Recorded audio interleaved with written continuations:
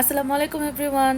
আজকে একটা খুবই সিরিয়াস বিষয় নিয়ে ভিডিওটা বানাচ্ছি। যদি মনোযোগ দিয়ে শুনেন অল্প একটু হলেও একটু আইডিয়া পাবেন যে কিভাবে কি করবেন। আচ্ছা, ভূমিকম্প হচ্ছে এখন এটা, আর আমাদের ইসলামিক ওয়েতে যদি চিন্তা করি তখন বলে যে শেষ জামানা বা কেয়ামতের আগে নাকি বেশ কয়েকটা ভূমিকম্প হবে, এরকম তো আগে থেকেই আমরা জানি, যেহেতু অ্যাজ আমরা মুসলিম। তো সেটা কথা না, কথা হচ্ছে আজকে যে ভূমিকম্পটা হয়েছে এই ভূমিকম্পের মতো ভূমিকম্প কিন্তু বাংলাদেশের মানুষ আগে পরে কখনো দেখে নাই। আর যা শুনলাম এটার উৎপত্তি স্থল নাকি ছিল হচ্ছে আমাদের নরসিংদী, তারপর হচ্ছে কি জানি মাধবদী নাকি, হ্যাঁ ওই জায়গাগুলো আমি নিউজে দেখলাম। তো বাকিটা অন্য নিউজ দেখলে আসলে বোঝা যাবে।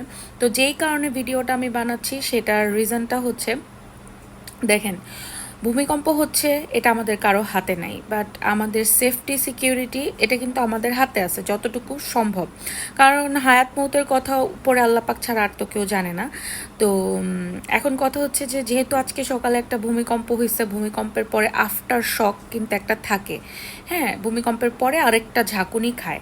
তো সেটা হয়তো বা হতে পারে, এখনও হয় নাই, নাও হতে পারে। বাট আমি যেটা বলবো, আমাদের ইম্পর্ট্যান্ট ডকুমেন্টস, কাগজপত্র, আমাদের যা কিছু মানে আমার দরকারি যা কিছু আছে সব কিছু একটা ব্যাগের মধ্যে নিয়ে বা একটা সেফ কিছুর মধ্যে নিয়ে এমনভাবে হাতের কাছে রাখেন যাতে পরবর্তীতে এই ধরনের কোনো কিছু বা এর থেকেও যদি আরও বড় রকম কিছু হয়, অ্যাটলিস্ট নিজের জিনিসগুলোকে নিজের সাথে নিয়ে বাসা থেকে নামতে পারেন।